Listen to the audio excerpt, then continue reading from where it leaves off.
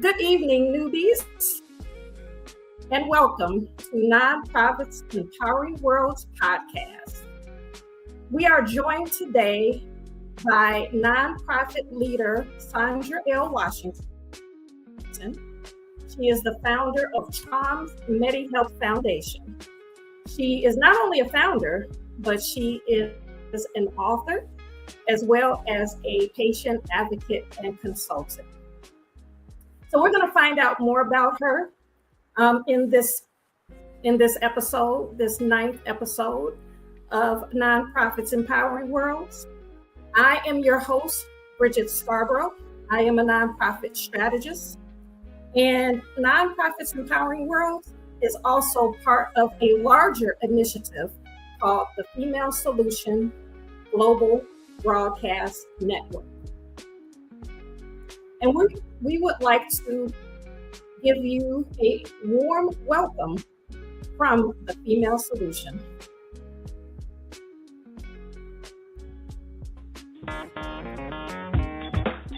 Women have the power to transform this world. We can end crime and violence if we all agree to do one thing: share. Let's share our wisdom, share our time, share our talents, share our finances, but most of all, let's share our love. This is the Female Solution. Leaders of Nonprofits Empowering Worlds, let's go.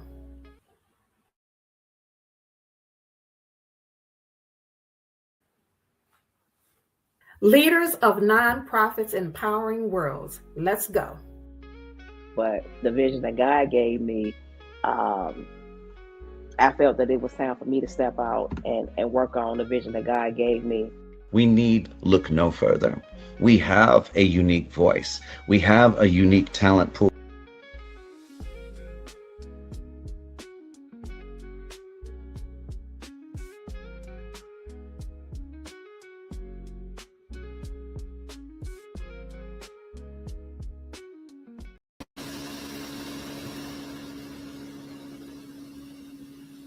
Hello, Sandra. Good evening, Bridgett.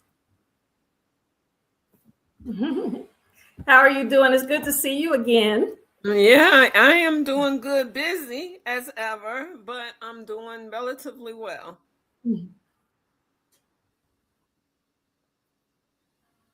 we're going to talk about some of those things that you're busy doing. So, Sandra, you have a nonprofit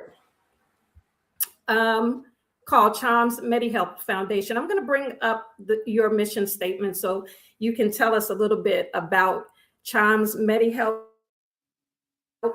and what that mission is and how you go about achieving it.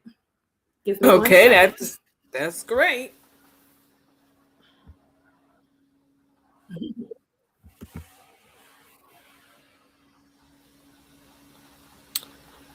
So what we work on doing within our community is we work on ensuring that all patients, even though we hear the word DEI, even though we're not supposed to hear the word, but we hear that inclusion part. And that inclusion part means that all of us, regardless as to where we live, where we work, what we do, all of us, regardless of to our social economic factor, we should be receiving all the same optimal health care. And a lot of times we don't receive that optimal health care because our community has no idea what it takes to actually reach and receive optimal health care. So that's what we do, go about making sure that our community is understanding, excuse me, what the 5 social determinants of health are, why they're important, how they can become empowered and engaged in ensuring that those 5 social determinants of health factors are looked at for themselves and for their community. And once again, just basically breaking it down and making sure that our community is educated, because a lot of times we're not.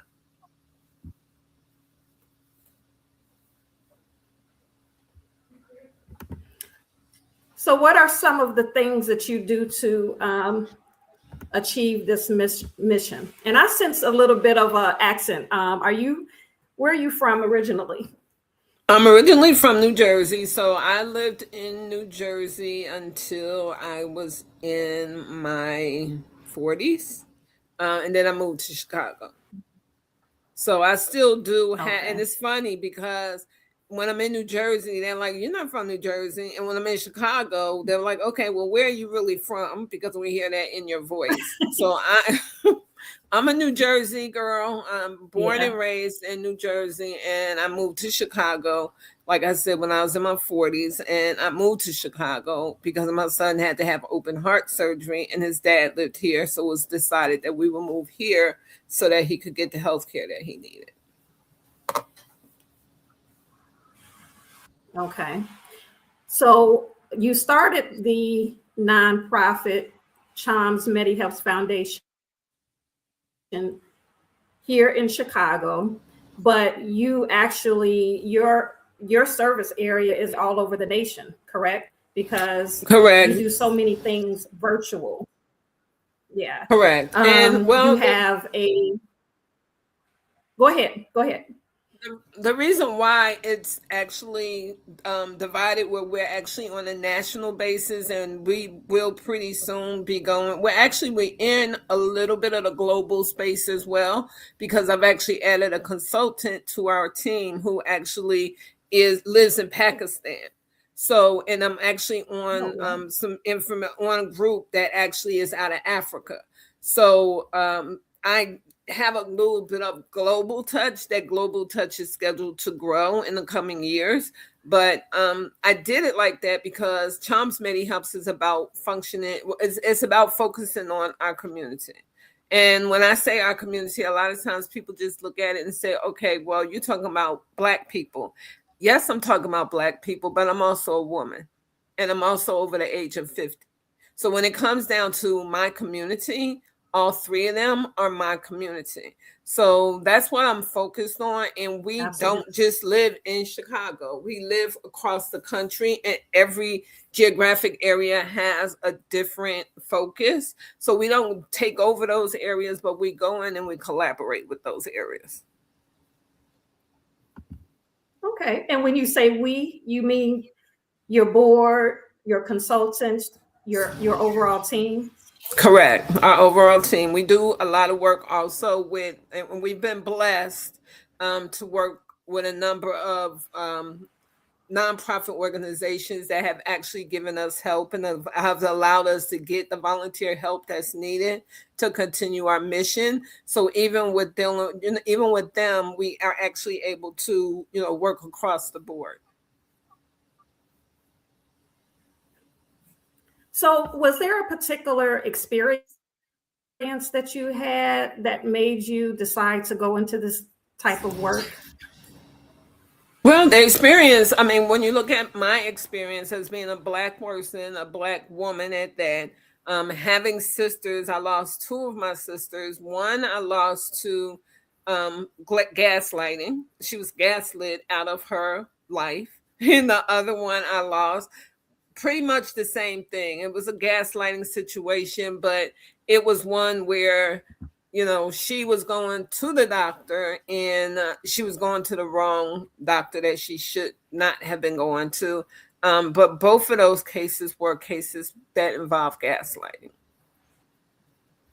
And so that's, made my promise to them that I would continue to, up that fight and ensure that this didn't happen to very many other people, other women especially.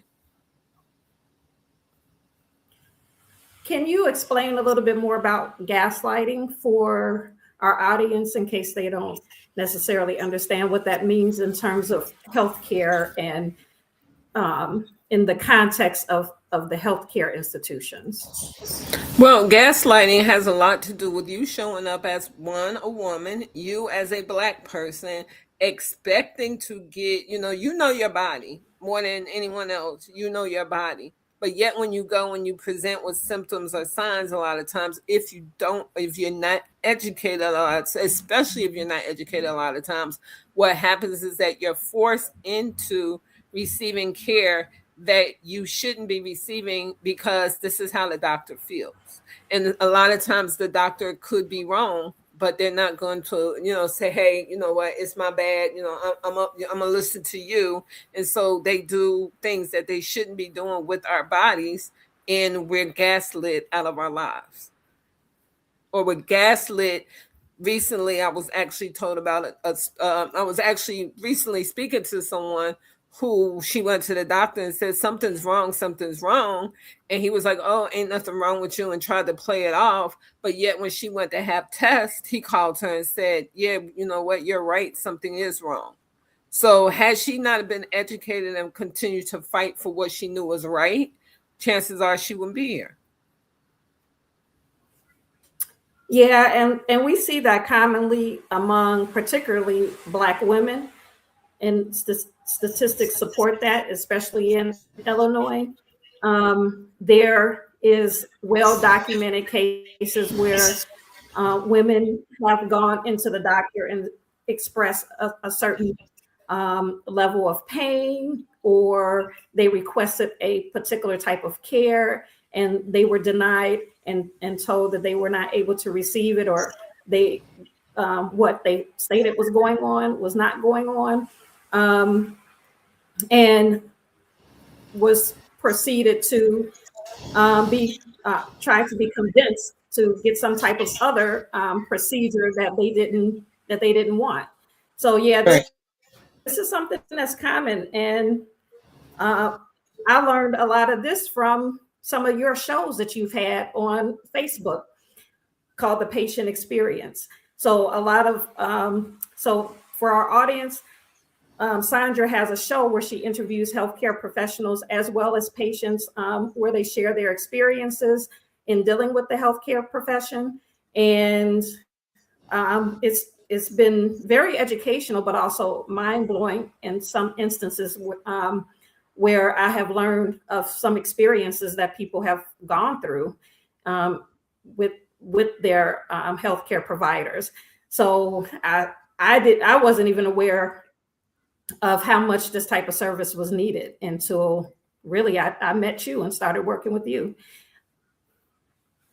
Yeah, do you still have that show on Facebook?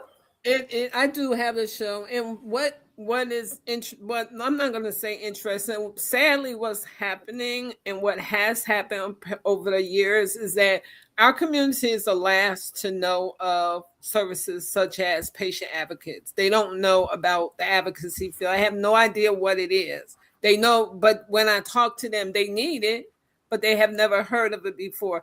Once again, that's an issue that has a lot to do with race and racism, where we're not told about these things until it's much too late. And then it's where can I go and where can I get the resource from? So I still do the patient experience, speaking with Sandra L. I took a break in I took a break in November and December, but my next scheduled podcast is scheduled for January 15th. Okay, and people can catch that on Facebook. I actually stream it. I actually have started streaming it pre-live and then putting it on Buzzsprout, so they can catch it on YouTube. They can catch it on Spotify. They can catch it on Apple. It goes out across the board as a podcast. So even though I'm pre-recording them, they are going out live.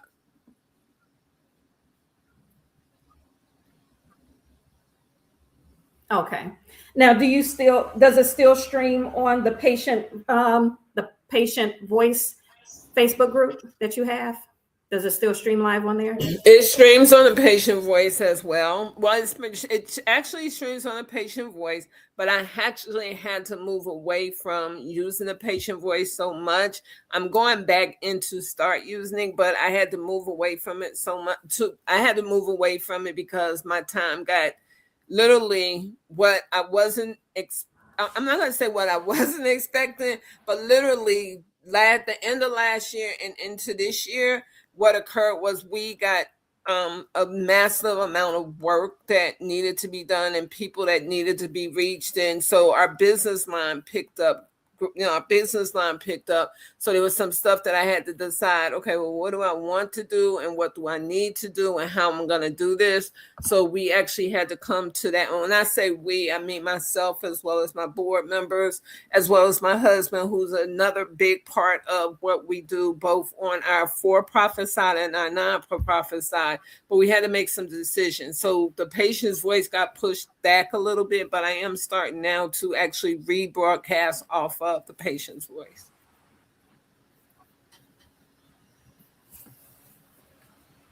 Okay. The reason why I asked is because on my YouTube channel, I did put the link to that Facebook group in case people wanted to check out the patient experience podcast. But what I will do is I will add those other links as well. If you send those, yeah, I mean, you still so to to the to this description of this episode on YouTube, so people can just helpful. Go straight to it. It's helpful for them to actually have access to the patient's voice, because what I'm starting to do now is, as I'm posting items out, that those items that I'm posting out, that information that I'm posting out is actually going on the patient's voice. So I'm actually starting to collaborate, not just so much with myself, but with financial advisors, with legal advisors, because it all ties into health. So the information that I'm getting from them is going there. So people that need additional information are looking to say, hey, what's going on in the world of health? They definitely need to actually be looking at the patient's voice. So if you have that link up there, that's great. Okay. And also, this is Sandra's website, that there's some episodes that are all archived on your website as well, correct? They are on our website. 99% of every show that we've done over the past 3 years is actually on our YouTube channel. So we do have a YouTube channel that houses all of our past shows, all of our videos from the time that we first started. Because when we first started, we were doing every Wednesday we had a video on. Every Wednesday we did a video. So all of that old archive stuff is sitting on our YouTube channel. And also what we are doing now is we're actually developing, because of the growth of the business and because we actually now have a product that is going to be attached to a program. And I'm hoping that those people who are listening, if you are listening to this show tonight and you are running a nonprofit or you're starting a nonprofit, I'm going to tell you what Bridgett told me when I first started. And I was like, okay, well, when I first started, I was just really trying to get, okay, well, how am I going to do this? And what am I going to do? I started to get that niche on, what's going on. I was working full time when I first started my nonprofit, and I was working for a healthcare company. So a lot of things I couldn't do because it would appear to be a conflict of interest. And I'm so very happy that I had spent that time at that healthcare company, because it taught me and it showed me some things that I should know. But if you are a nonprofit and you're like, okay, well, I want to go after grants and I want to go after, money, right? And you need help to get your business started. I'm going to tell you what Bridgett told me, which held true to today, which is why I'm on this show today, is this. You need to have a program. You can do all the events you want to do, but ain't nobody finna pay you for no events. You need to have a program. So take it from someone that's been doing this for quite some time.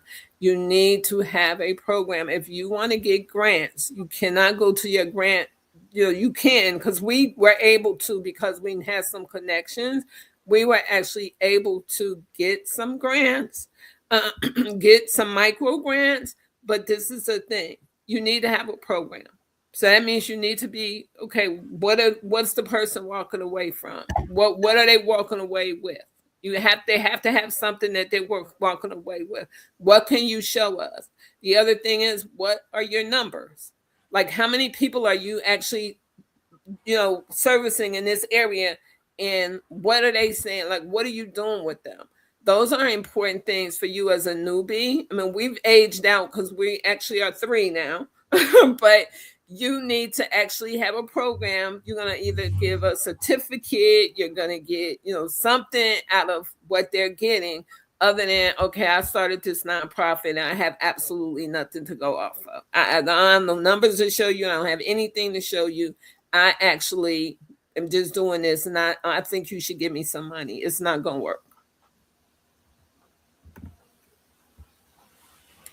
You know what, Sandra? I didn't expect for you to say that, but that was some awesome advice. So I hope that anyone that's listening that is thinking about starting a nonprofit, that they took those words to heart, because that is something that I tell my clients all the time, as Sandra just expressed, that you have to be organized, you have to have a program, and people need to understand what the goals are, what the expected outcomes are, and you need to be able to track your numbers. And I think you're there now, Sandra. You're definitely there. You know what? It took some work, but I can honestly say that I am there now. We have a product that we will be rolling out in February. And it's actually a program. It's a certificate program. It's a lot of learning involved in it, but we were fortunate, Bridgett, because we had our focus area, and we've never once, people tell me all the time, Sandra, you like hung in there, like you stayed with healthcare. You said, this is what I'm doing is healthcare, and you didn't divert. You didn't go in down the line somewhere. You didn't do any of that. You stayed focused on healthcare. So we trust you because you showed us that you're all about health. Anything health related, we know that if Sandra's saying it, we could pretty much guarantee that that's what's going on, because it's coming out of Sandra's mouth. And so we've seen her work, and we've seen what she's been doing. So, that trust comes with, and I stayed with that trust factor. But we were blessed in the fact that, once again, I worked full time. So I had money to actually put into the business to help the business grow, so that I didn't have to go do 50,000 fundraisers and doing a whole lot of stuff and saying, oh, I didn't get that grant, so I have to close my doors. It allowed me to have time to actually breathe, actually be patient, and actually push through and say, let me go down these lanes and see which one of these lanes I really want to be on, so that's how I can continue to grow my business. And that's what I've done. So you have a Medi-Helpz LLC, as well as you have the nonprofit, correct? Correct. That is correct. And what we're doing right now, so for those newbies, and I know you're like, well, what's this got to do with health? It's got a lot to do with health, because if you don't do this right, your mental health is going to suffer something terrible. You're going to be depressed, stressed out, all of these things. So it has a lot to do with your health. So we have a LLC and we have a nonprofit. We have 2 different tax ID numbers. So if this is something that you want to do, and you can do it, because as Bridgett used to say all the time, McDonald's is a nonprofit.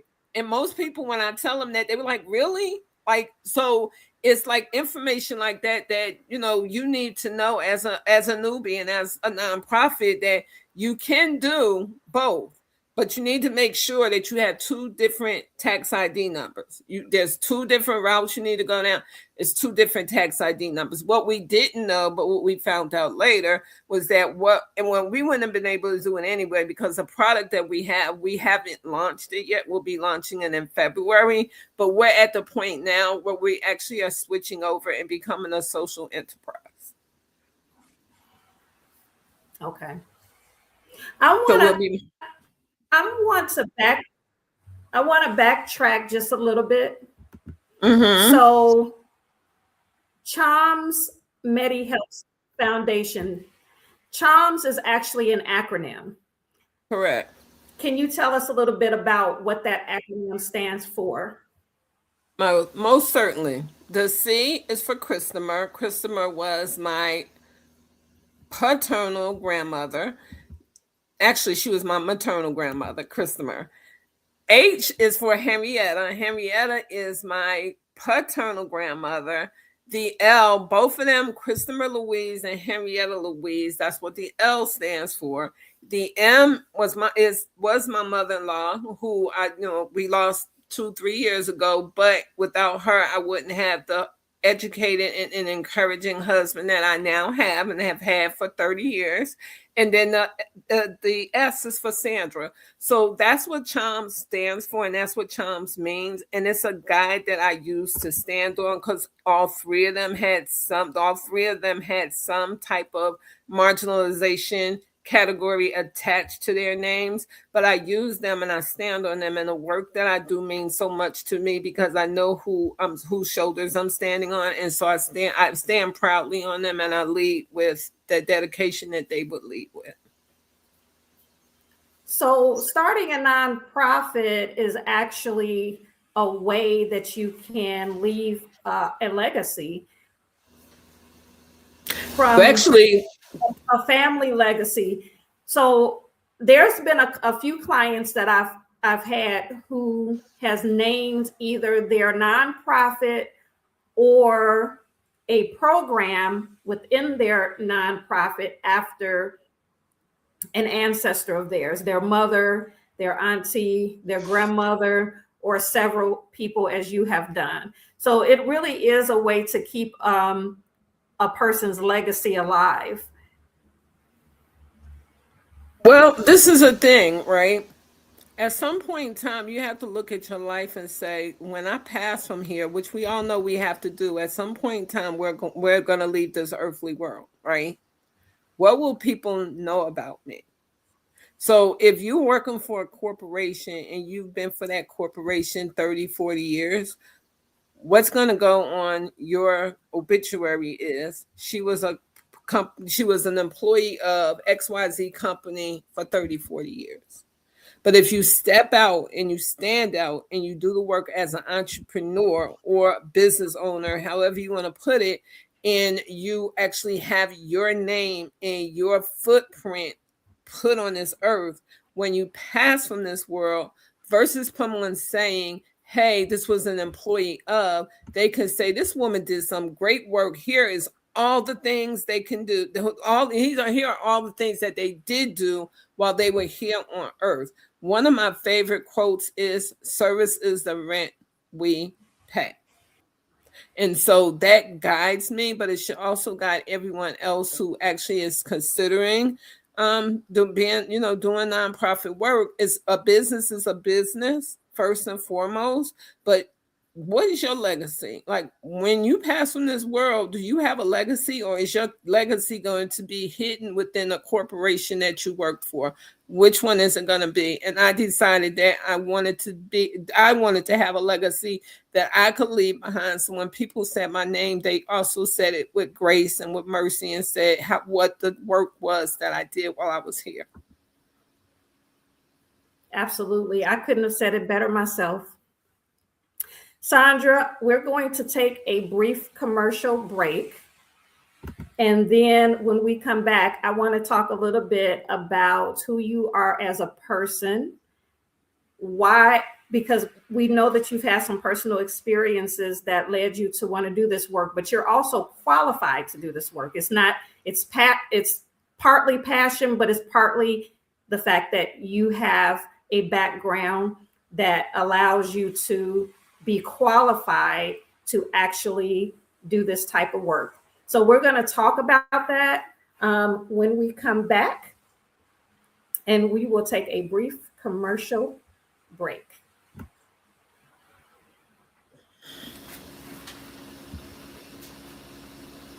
Soulful Chicago Black History Book Fair. Hey family, this is Charles Humphrey of M.Ed Publishing, and I'm here with Ashada. And we at the Soulful Chicago Book what? This is the Soulful Chicago Black History Book Fair, slamming. We getting down in Hyde Park. Just run it down, my sister. Just tell us, for the people, a little bit about what we're doing here today and why. You know, this is the Soulful Chicago Black History Book Fair. And this month is very important. I feel like we don't give it the type of recognition that it needs.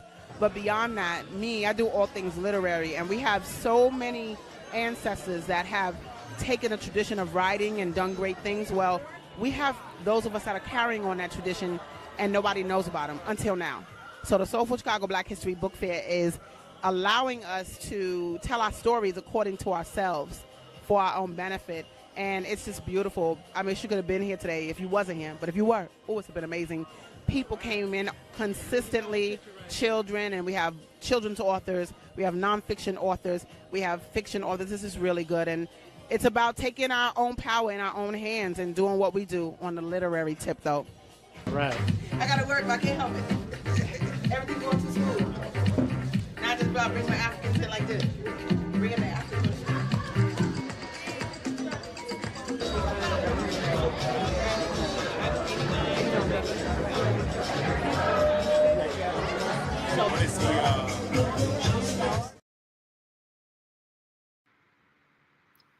It does not cost to live. The earth gives us everything we need for absolutely free. So why are we paying? Because we haven't learned to simply share.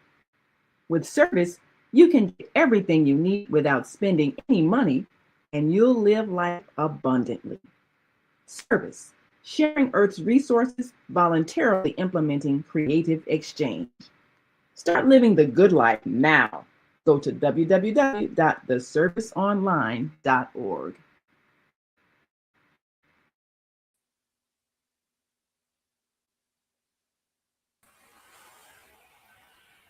So one of the commercials you just saw was Asada Kirkland. She is the founder of the Soulful Chicago Book Fair, which happens here in Chicago every single year in the summertime.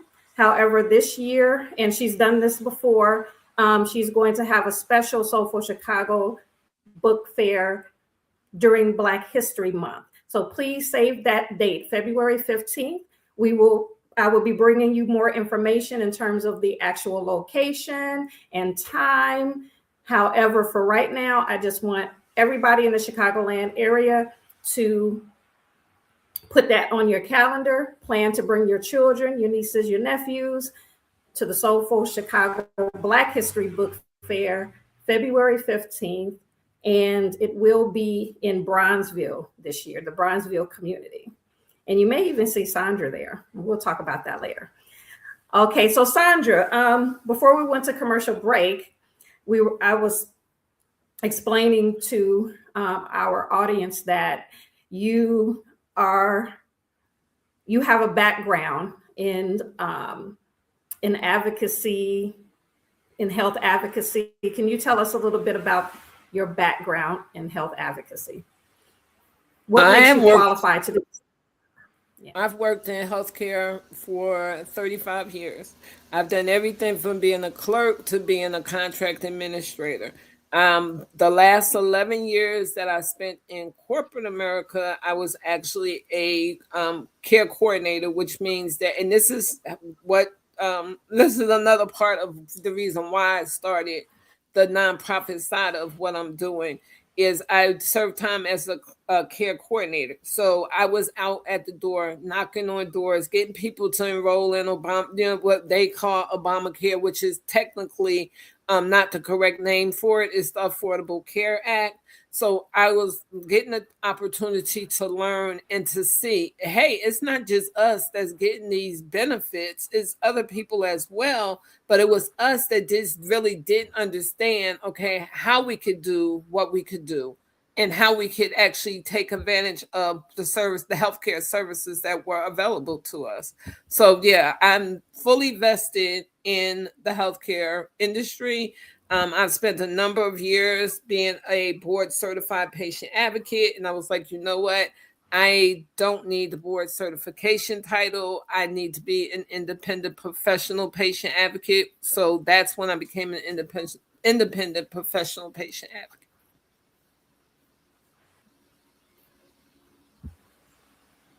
Okay.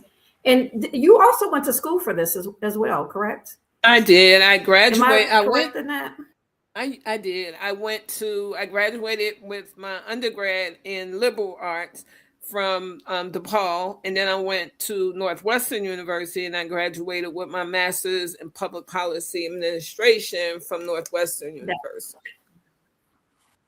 Okay, public policy. I knew there was something related to, Yeah, my even though it was policy, right healthcare, right, and it was health healthcare policy. I policy. mean, mostly all of my classes that I took had something to do with healthcare.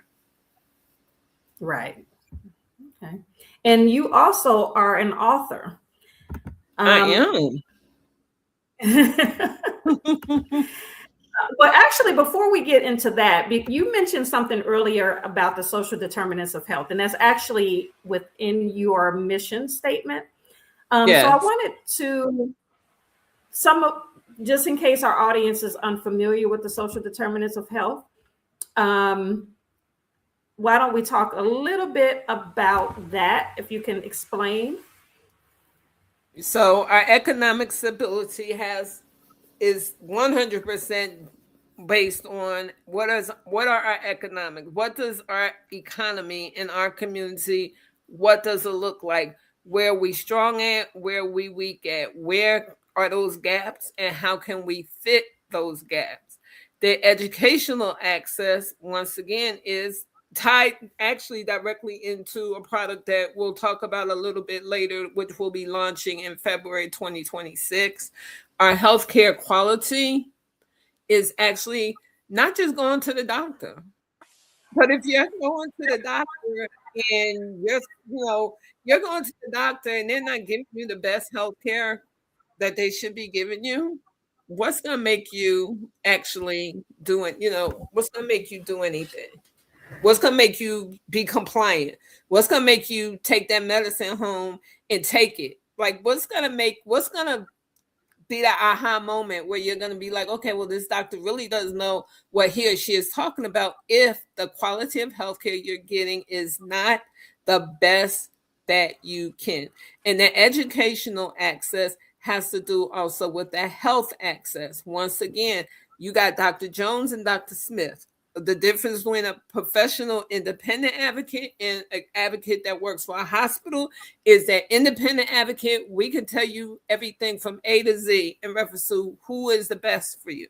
The hospital-based, and those are our partners. The hospital-based advocates, however, they can only give you information for their hospital or whoever the vendors are that they use for their hospital. Is it the best? Sometimes, but you're taking a chance because they can't give you everything. So that's why you need to actually understand that and make sure that you know who and what you should be listening to. Safe environments, and I'm not going to be long. Safe environments.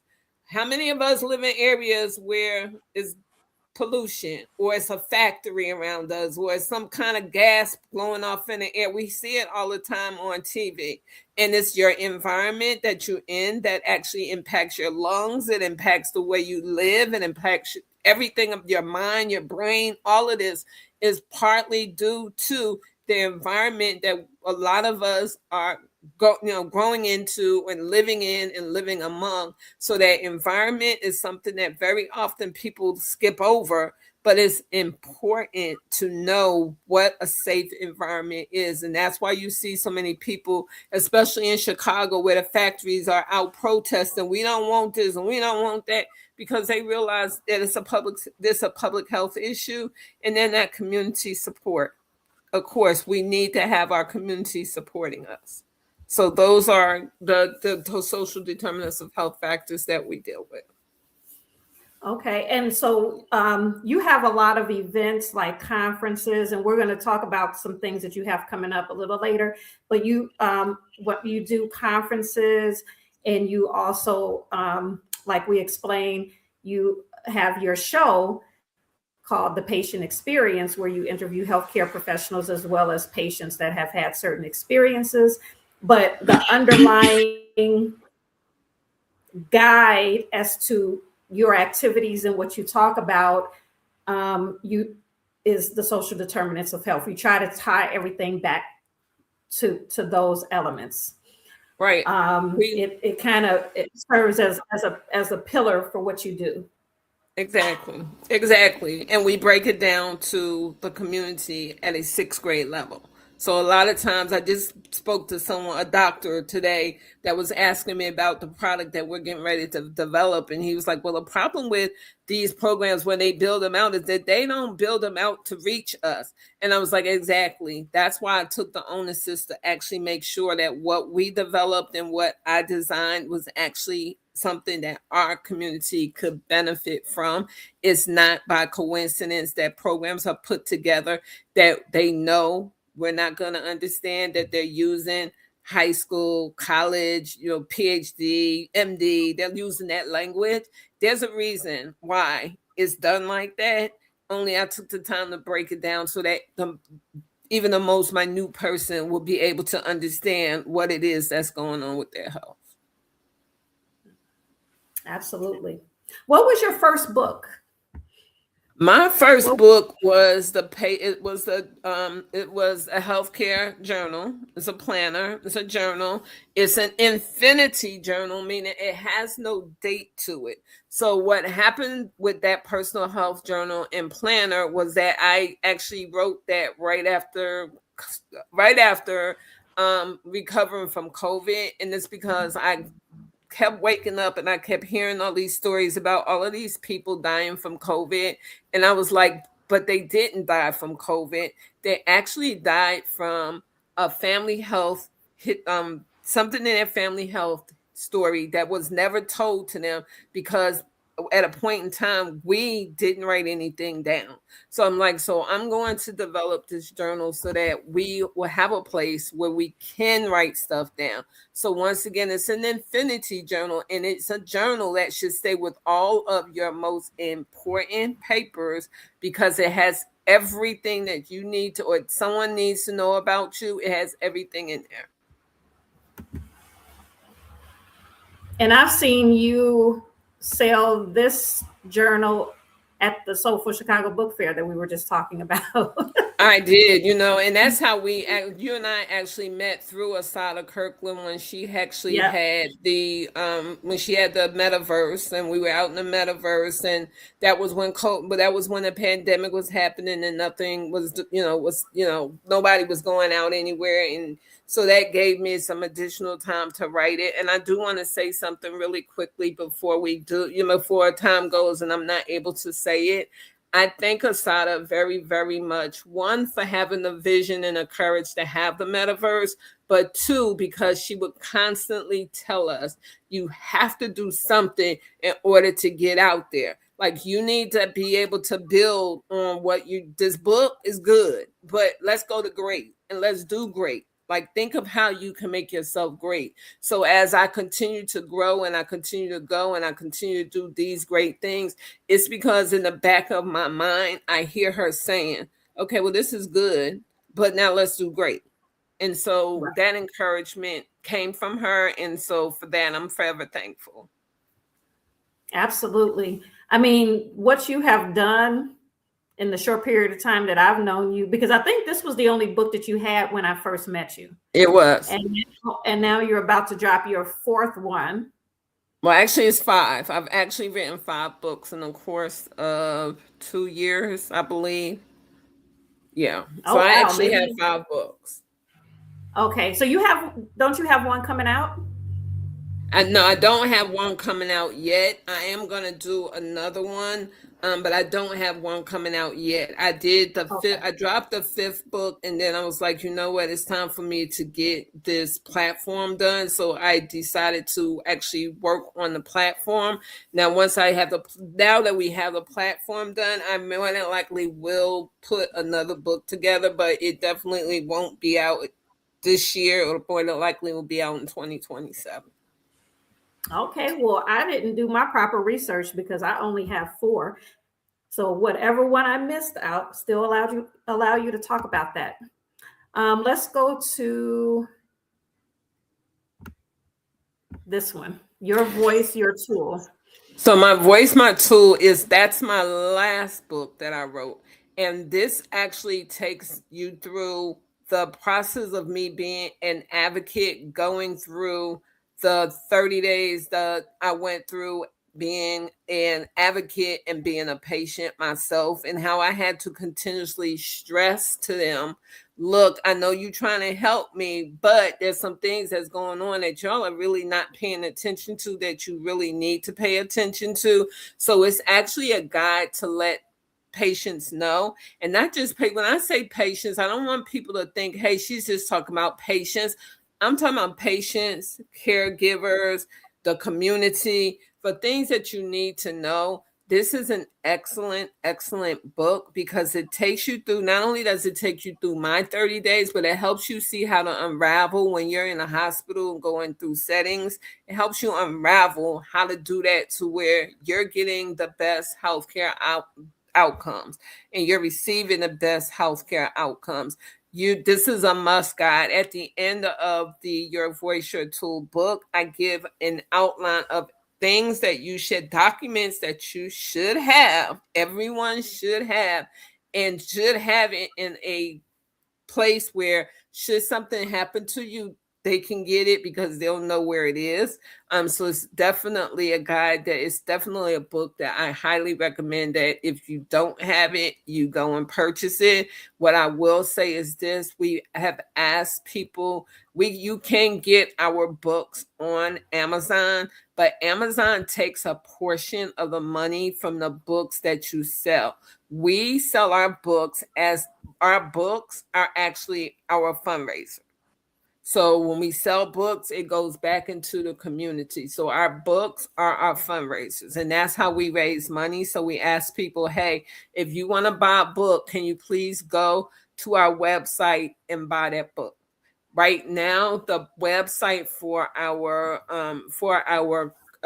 nonprofit is www.Medi-Helpz.com. We will, within the next couple of months, be switching over because we have to actually separate the LLC and the nonprofit right now sit on the same website. We've got to actually separate that. So we're actually going to be changing our website, our nonprofit website. Okay. So your next book that I'm going to show is blank, I guess. Let me see. We did that one. Here we go. Now, our colorful book. Right, our colorful careers in healthcare. That book actually, it's a children's book, but it's actually a family health book. And the reason why I say family health book is because it's actually designed to show our children, our youth, that they can be anything that they want to be. And there are a number of roles in healthcare that they can do and that they can be, and to look at it. But the driver behind this book was in October of 2023. We did a summit on the west side of Chicago. And I purposely, people didn't realize this, I actually had two of my presenters ask me when they figured out what I did I do this on purpose? And I said, yes. But what I did do was I actually asked our participants at the end, had beautiful gifts to give them, asked them questions that they had no idea. Like, okay, so if you have a lung problem, who do you go see? And I just had someone get up and talk about a pulmonologist, but they didn't get it. And I was like, okay, so I had these beautiful gifts. Y'all didn't want them? And it was like, Sandra, this is the first time we've ever heard of this. I said, so when you go to the doctor and you have asthma, what do? They just give us medicine and tell us to go away. That's not the right answer. So they were like, but don't worry, because now that we know that that's what we should be asking for, that's what we're going to do when we go back to the doctor's office. So I put that out there so that adults could know as well. And when they look and they see the children work on it, if they like, okay, I don't know what kind of doctor is that? They can go take the time to look at it and see who they should be seeing. Medical doctors are fine. MDs are fine. But if there's a specialist, an IST is your key word. If there's an IST in that field, then that's who you need to be going to see when you are actually having some type of medical condition. Wow, that's great advice. That's something that I should probably remember.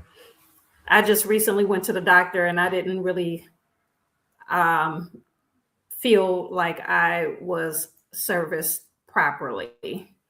Probably because you didn't go to yeah.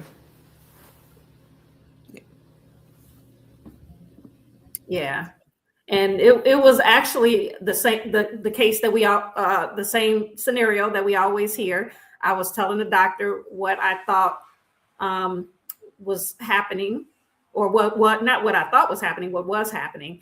And she basically told me what I was saying was happening is not really what was happening. So she didn't send me to a specialist. But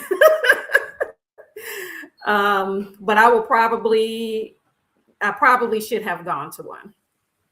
Yeah, well, this is a thing. Our community. So this is a good reminder, even for me. Yeah, well, this is the thing. Our community doesn't know. I mean, and we're not told that we should be asking for these things, and we're not told. But yet, when we go to the doctor and we're not following directions, they don't say the patient was not educated on this. They say the patient was a bad patient, and that note follows you no matter where you go. It follows you unless you make them go in there and put an agenda, an addendum in there.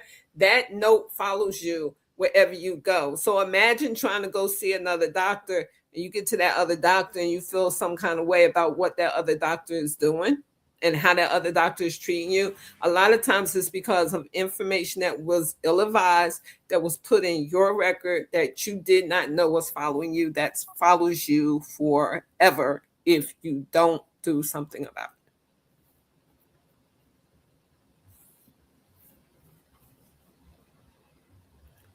So if you want to go see a specialist and the doctor has not advised that, can you, are they obligated to honor your request? Yeah, you as a patient, it's called patient-centered care. And write your... It's called patient-centered care. For everyone that's listening to me, it's called patient-centered care. That means you and your doctor come up with an agreement or what you think is going to work best for you, and you request that they send you to a specialist. You need to know what specialist you need to go to. If you're having cardiac problems, you're not going to go to a pulmonologist. You're going to go to a cardiologist. So that's a learning process that you have to go through. But if you go to your doctor and say, hey, I'm having this issue and I really want to go see this doctor, then they have to honor your wishes as that doctor, as you asking them, as you being a patient. If they don't, that means that you are with the wrong doctor, and you need to seek another primary care doctor somewhere else, and you have that right to seek another primary care doctor. Why would you continue to go to a doctor that's not listening to what you want and you're the patient, or what you think you need and you're the patient? They need to be able to tell you, well, I don't really think you need this, and this is why, and break it down for you. If they're not doing that, you need to move on. Trust and believe, if they get so tired of you, they'll actually ask you to find another doctor. So before you even get to that route, when you feel as though you're not, your requests for services are not being addressed, you're not being addressed, you need to look somewhere else. I've had to do it. I've had to give up a doctor that I really truly cared about because we had a good relationship, but that was because I started calling her office and she kept pushing me off the nurse kept blocking my calls, and I'm like, I'm not paying the nurse, I'm paying you. So you need to take my calls. And I had to actually let her go. I was like, okay, you need to play in the sandbox by yourself. This is your health. I only get one. I don't want nobody bringing me back. Please, if y'all hear I passed away, pray for me. Pray for my husband. Pray for my son, my family. But don't you dare say, okay, well, let's freeze her and bring her back again. No. I ain't coming back.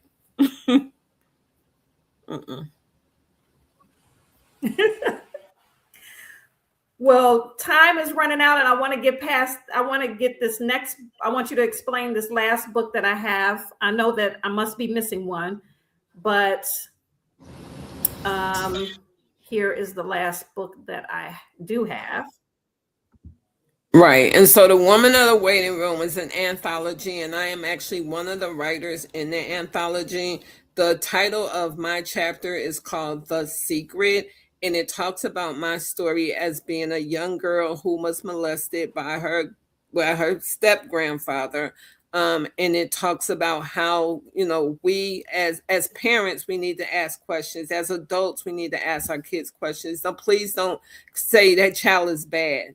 Say, let me see if I can reach that child and talk to that child, because something is happening in that child's life to actually make them act that way. So that's actually the story that's in there, and it's called The Secret, because kids need to know that not all secrets are made to be kept. Some secrets need to be told. I didn't tell mine until much later in my life, and it impacted my life greatly.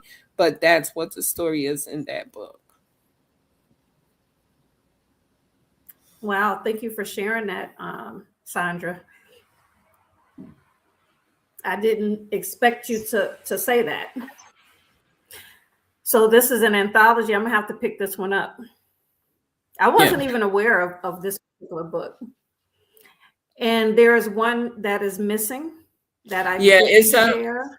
It's a 100-word book that is a 100-word puzzle book that actually teaches you everything that you need. So if you're interested in healthcare and you're like, okay, well, I need to know some healthcare terms or whatever, the book teaches you those healthcare terms, and it was actually written as an educational guide for people. But there's 100 puzzles in that book. When you finish, you're going to be a well-rounded individual in healthcare.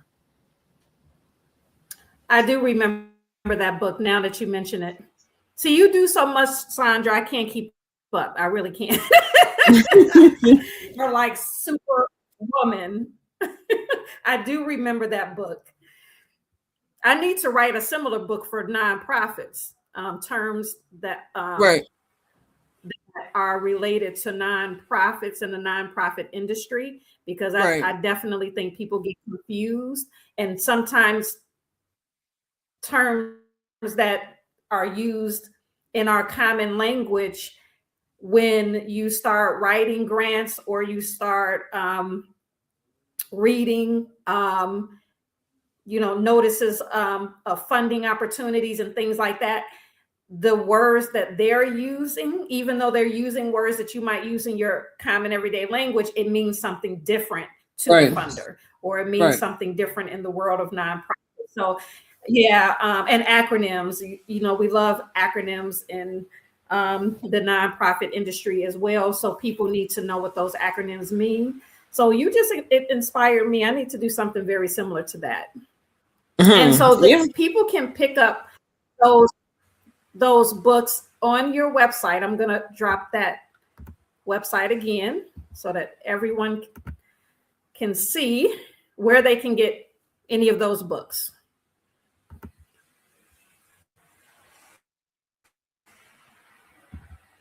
Okay. So you have a few events coming up. I want to make sure that we talk a little bit about that. Black History Month is approaching, and you have a few things going on for Black History Month. Is that correct? Well,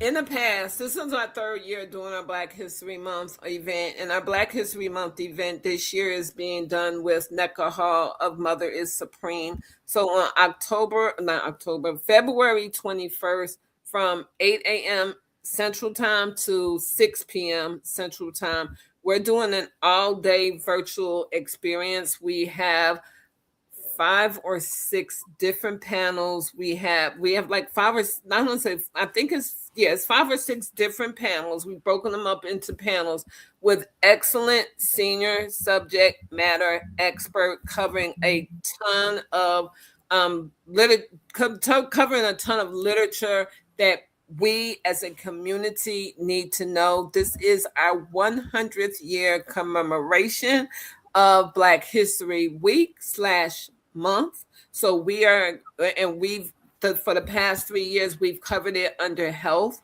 So we actually will be doing it again. And what we will be doing tomorrow, our speaker panels are closed. They filled up extremely quick. And we're thankful that we have the speakers that we do have that have come forth without any hesitation and said, count me in, I'm here for this. They'll be actually speaking on their particular topics. We are looking for sponsors and we're looking for vendors. So if you're watching this and you want to become a sponsor or you want to become a vendor, you can contact necajhall@gmail.com. Or so that's what we are actually working on now.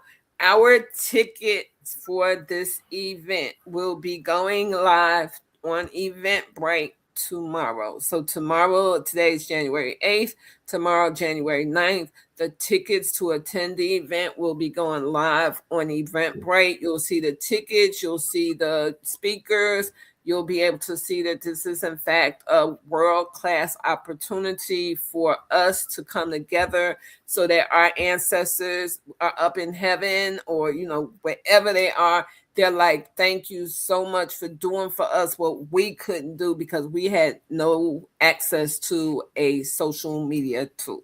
So please be on the lookout for those tickets. Please purchase the tickets and join us on February 21st. So on Eventbrite, they will look for the title, A Century of Black Health. Correct. Is that how they can find it on Eventbrite? Correct. And what I will also do is I will put it on this, on my YouTube channel, on the replay of this episode. I will have links there with the Eventbrite link to register for the event. You also saw the email if you want to become a sponsor. So that opportunity is also available. But I will have the Eventbrite link on the YouTube channel where the replay is being shown. So you can just go to 501c3 YouTube channel. 501c3 my.org, 501c3 my.org YouTube channel. And that's where you will see the replay of this. You can find the replay of this broadcast, and in the description, I will have those links. Okay. All right. Well, any final words, Sandra, because we do have to close. I have really enjoyed this conversation as usual. I am inspired by you. I am always educated by you. And I would just like to say to our listening audience, please watch the Patient Experience podcast, because those stories and the education that you get is just unmatched. I'm always blown away with what I hear on that show from patients and from healthcare professionals. And it speaks, it's information that you will not normally get in from your doctor or any other, I don't know any other source. I mean, I haven't come across any source that really compiles the type of information in one place that we need, particularly as Black people or other underserved communities. So sometimes you don't know what you're supposed to know, so you don't ask those questions. And this podcast, the Patient Experience, gives you those tools to understand what it is that you should be thinking about in terms of your health, what it is that you should be asking. It gives you a voice. It does. I do want to say this before we end. One of the things that I want the newbies to walk away from is this: stop listening to naysayers. If you have an idea and you have a thought and you are, I count on my spirituality a lot to carry me through. Please move away from them naysayers that are telling you that you're crazy, you can't get it done, because you won't, because you're surrounding yourself with the wrong people. As I elevate and I continue to elevate, I continue to surround myself with those people who want what I want, which is to make sure that those everybody gets access to healthcare, to the optimal healthcare. So whatever your thought is, whatever you're working on, whatever it is, stop hanging around naysayers. Get yourself people who are positive thinking, and they don't just say, hey, we're positive. They show you in their actions that they're positive. If you continue to hang around with naysayers, you won't end up anywhere. You'll end up closing up shop, and they'll be clapping because they was actually able to get you to do what they couldn't do, right? So please be mindful of that. Surround yourself with positive people. When you feel as though they're negative, move on. Everybody can't go to the same place you're going. So I wish everyone, if you're a newbie and you're just starting, I wish you continued success on your journey. You listen to Bridgett, some of the things that she says, she's not perfect. She is not perfect. But she gave us some good advice. Nobody's perfect. Don't count on grant writers. Hell, if they give you, excuse my language, but if they give you a grant, you ain't getting it the next day. You're going to wait to get it. So what is your mind telling you about how you can make money while you waiting for all this other stuff to fall into place? Right? That's something that she told us that stuck with us, which is why we will be launching our new product on February 21st. So thank you so much, and best of luck and best of love to everyone. Thank you, Sandra. You're welcome.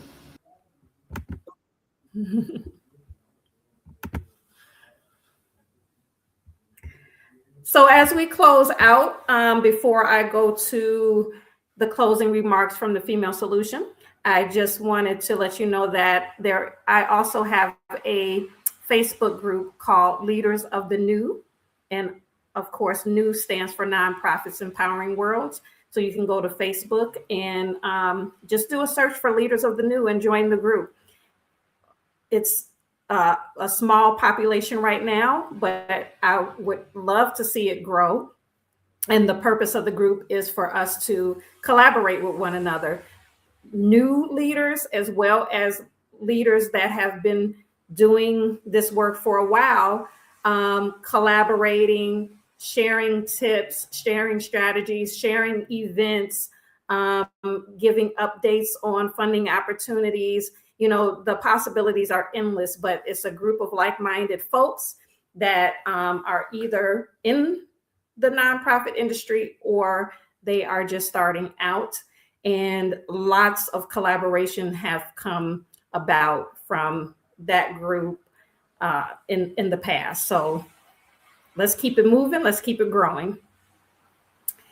Thank you for joining me this evening. I am going to close with a promo of Cinnabella. Her show is tomorrow morning. Cinnabella is is a sister who is also known as the Bronzeville Diva. She is a performing artist, a singer, and a songwriter. And on her show, she invites guests who are also creatives that are doing impactful work in their communities through their arts and through their talent. So her show comes on at 7 a.m. You can find it on the Female Solution YouTube channel, as well as the Female Solution Facebook page.